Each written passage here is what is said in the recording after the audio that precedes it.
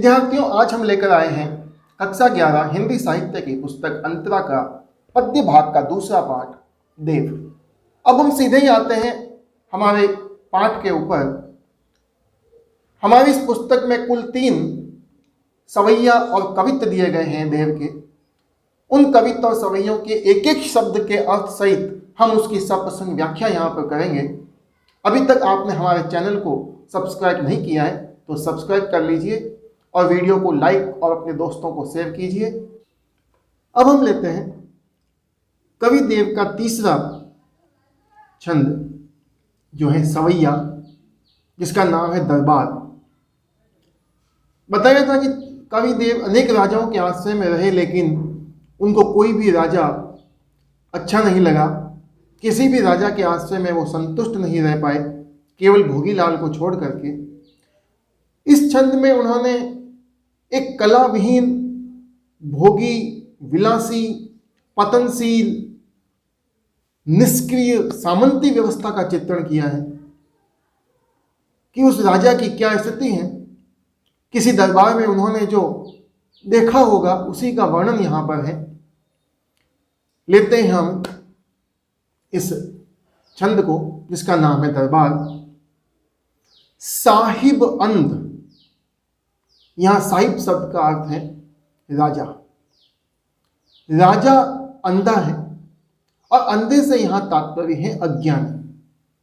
उसे किसी प्रकार का ज्ञान नहीं है, इसलिए उसके लिए अंधा शब्द का प्रयोग कवि देव ने किया है। तो साहिब अंध, राजा अंधा है अर्थात अज्ञानी है। मुसाहिब मूक, मुसाहिब कहा जाता है मंत्रियों को या दरबारियों को।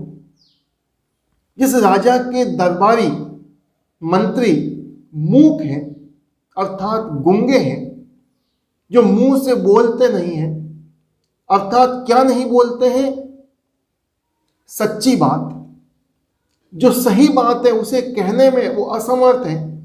इसलिए देव ने उनके लिए मूक अर्थात गूंगा शब्द का प्रयोग किया है।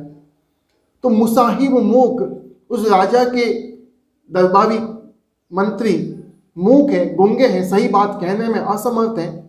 सभा बहरी, और उस दरबार में बैठी हुई बाकी सभा के लोग वो बहरे हैं अर्थात सुन नहीं पाते हैं। जो सच्ची बात है उसको सुनने में वो असमर्थ है। उनको भी केवल राग रंग और विलास की बातें सुनने की आदत पड़ चुकी है। रंग रीझ को माच्यो, और ऐसे के अंदर सारा वातावरण राग रंग में मस्त है।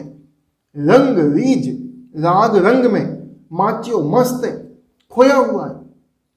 और उस वातावरण में एक कवि, एक कलाकार वहां पहुंच जाता है और उस कलाकार के पहुंचने की स्थिति का वर्णन वहां पर किया है। उसकी क्या स्थिति होती है। भूल्यो ताहा भटकियो, भूल से भी एक कलाकार उस दरबार में पहुंच जाता है जहां का राजा अंधा है, जहां के मंत्री दरबारी गूंगे हैं, जहां की सभा बहरी है, सब राग रंग में खोए हुए हैं। वहां पर एक कलाकार पहुंच जाता है। भूल्यो भटकियो, भूल करके वो वहां आकर के भटक जाता है।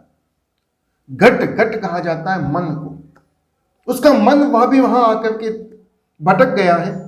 औघट बूढ़े वे को, और उसकी स्थिति कैसी हो गई है। औघट, औघट कहा जाता है दुर्गम मार्ग को। उस व्यक्ति की जैसी स्थिति हो गई है जो किसी दुर्गम मार्ग की ओर पहुंच गया है और रास्ता भूल चुका है। उसी प्रकार से उस कलाकार की स्थिति है जो रास्ता भूल करके यहां पहुंच गया है, ऐसे राजा के दरबार में पहुंच गया है। बूढ़ी वे को, बूढ़ी वे का अर्थ होता है डूबने को, डूबने के लिए उसको। काहू कर्म न बाच्यो, कोई भी कर्मशील व्यक्ति वहां पे उसको नहीं मिलता है। डूबना कहाँ, अपनी कला में, अपनी कला के प्रदर्शन के लिए उस कला के पारखे व्यक्ति की, जिसके अंदर वह व्यक्ति उसकी कला में डूब जाए, ऐसा कोई भी व्यक्ति वहां मौजूद नहीं है। कर्म न बाच्यो, कोई भी कर्मशील व्यक्ति, कर्मण्य व्यक्ति न बाच्यो, कोई भी वहां दिखाई नहीं देता है ऐसे दरबार में। बेस न सूझियो, उस कलाकार का भेष कैसा है, उसने कैसी वेशभूषा धारण कर रखी है, वो भी उन राजा और उसके दरबारी मंत्रियों को, सभा को दिखाई नहीं देता है। सूझ्यो यानी सूझना, दिखाई देना नहीं दिखता है, समझ में नहीं आ रहा है।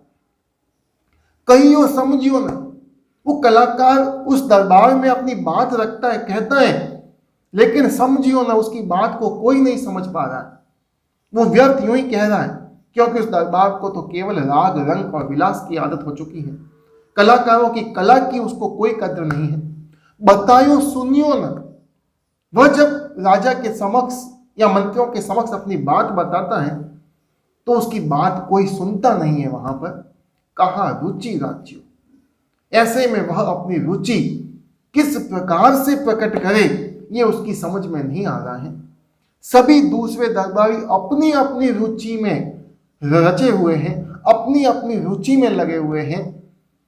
कोई श्रृंगार रस की कविताएं सुन रहा है, कोई राग विलास में रंग है, वह कोई पीने में मस्त है, कोई किसी में व्यस्त है, लेकिन कलाकार की बात को सुनने वाला कोई नहीं है। सभी अपने अपने राग रंग में, अपनी अपनी रुचि में खोए हुए हैं। देव ताहा निबरे नट की गत बिगड़ी गमति। देव कहते हैं कि ऐसे उस कलाकार की स्थिति वैसे ही हो गई है जैसे एक निबरे नट, एक भटका हुआ नट अर्थात कलाकार, एक भटका हुआ कलाकार जिसकी मति, जिसकी बुद्धि बिगड़ चुकी है, जो भटक चुका है अपने रास्ते से, और अपनी बिगड़ी हुई मति के कारण, अपनी बुद्धि के कारण सगरी यानी सारी निशी रात नाचता रहता है, जो पूरी रात भर नाचता रहता है अपनी कला के प्रदर्शन के लिए, लेकिन वहां उसकी कला की कोई कद्र नहीं होती है। वही उस कलाकार की स्थिति इस राजा के दरबार में हो रखी है। न तो राजा को उसकी परख है, न ही उसके दरबारी मंत्रियों को, न ही वहां बैठी हुई सभा को, क्योंकि सभी गूंगे, अंधे और बहरे हो रखे हैं।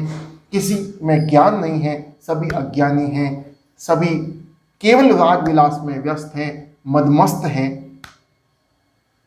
यह छंद भी ब्रज भाषा में लिखा हुआ है और यह एक सवैया छंद है। भाषा इसकी बता दिया, ब्रज भाषा है, और अनुप्रास अलंकार का प्रयोग यहाँ पर स्थान स्थान पर हुआ है। जैसे सगरी निसी नाचियो न, तो यहाँ पर अनुप्रास अलंकार का प्रयोग है। तो ये थी देव के तीसरे और अंतिम पद या सवैया की व्याख्या, जिसका नाम था दरबार।